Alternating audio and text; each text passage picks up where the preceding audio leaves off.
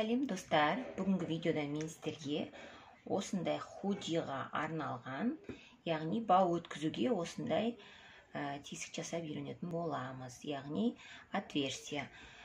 Бізде худиімізде да, спортивкамызда да әрдайым осындай бау өткізетін жер болады. Біз арнайы аппаратпен орнату керек болады löверстарда.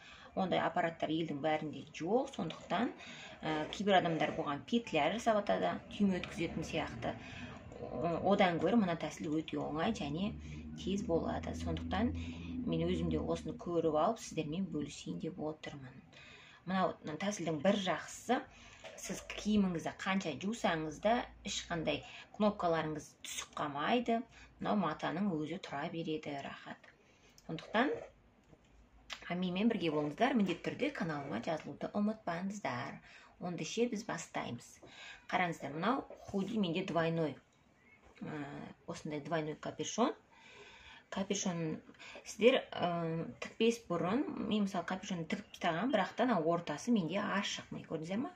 Ал егерде оны ортасын қоспай тұрып, бір қабаты ғана болған кезде тігіп алуға да болады.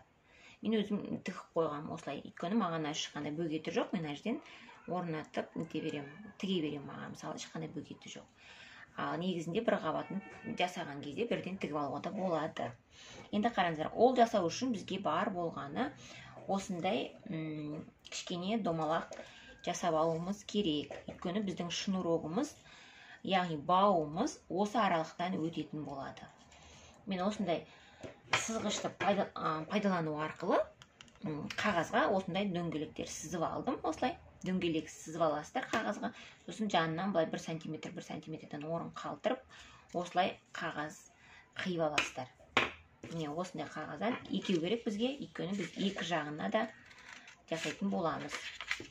Худиіміздің алдына бау керек болған кезде, және де спортивкалардың мысалы белінде бау өткізетін керек болған кезде осы тәсілді қолдансаңыздар болады. Маған өзіме ұнап қалды, сондықтан сіздермен бөлісіп жатырмын. Енді қараңыздар, жаңағы өзіміздің худиімізді, капюшонымызды тігіп отырған арнайы матамыз бар ғой, міне сол матаны аласыздар. Сол матаның мына негізгі беті, яғни лицевая сторонасын аласыздар да. Жаңа бізге керек жерді белгілейсіздер. Яғни бір бөлігінен көрсетейін, осылайынан қойып тұрып көрсетейін сіздерге. Мен осылай қойып, мен әлге матам түсі ашық болғаннан кейін қара жіп белгі сақ қойдым. Міне қараңыздар, мынау лицевая сторонасы, осыны алып, мына жерге белгілейсіздер. Мен осылай. Мен оты шетіне қарай алып атып, өйткені мен уже тігіп тастаған, көрдіңіздер ме? Сондықтан менде осы жерден болады, кішкене былай жақындатып алсаңыздар да болады. Міне, осылай аламыз. Оның үстіне жаңағы біздің қағазымыз, дайындап алған қағазымызды қоямыз. Осы жерге. Осы жерге қойып, бұны инемен қадап аламыз.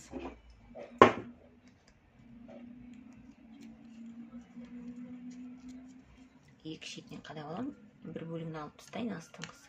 Енді кетпеу үшін. Міне, осылай инемен қадай саламыз. Екі жанын. Болды, міне. Міне, осылай бір қабатына ғана жасаймыз, көрдіңіздер ме бұны? Міне, осылай инемен қадап аласыздар.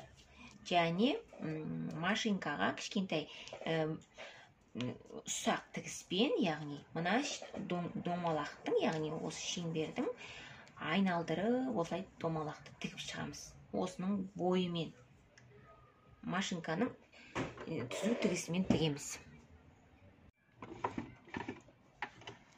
Міне қараңыздар, осындай кішкентай тігіспен, ұсақ тігіспен тігіп аламыз. Одан кейін мына қағазымызды осылай жай тартқасаңыздар, өзі жыртылып қалады. Мына жай А4 қағазы, міне, өзі алынып қалады осылай. Мына жерді алып тастайын. Одан кейін мына жердегі артық жіптерін бір-біріне байлап тастаймыз да, қиып алып тастаймыз. Байлап, қазір қиып алып тастаймын. Бізге бөгет жасамау үшін. Енді міне мына жағындағы жіптерін бәрін алып тастаймыз қазір. Енді осы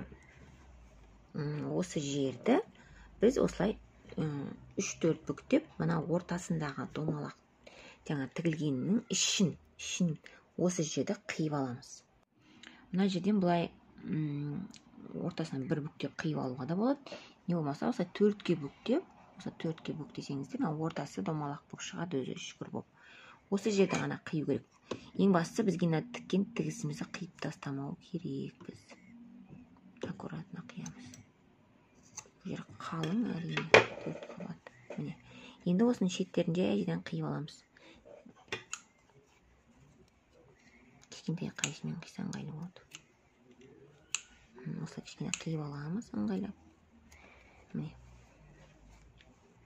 Екі астыңғы жағында, артқы жағында осылай қиып аламыз.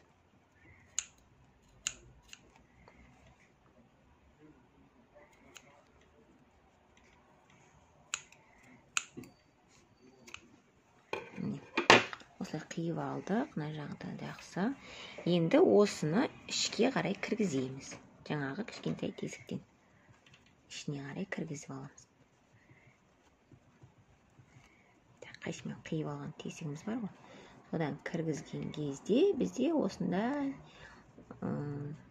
отверстиямыз пайда болады. Бағана мен белгісі қойған қара жібім ішінде қалқыпты. Алып тастайық. Сонда бізде осындай әдемі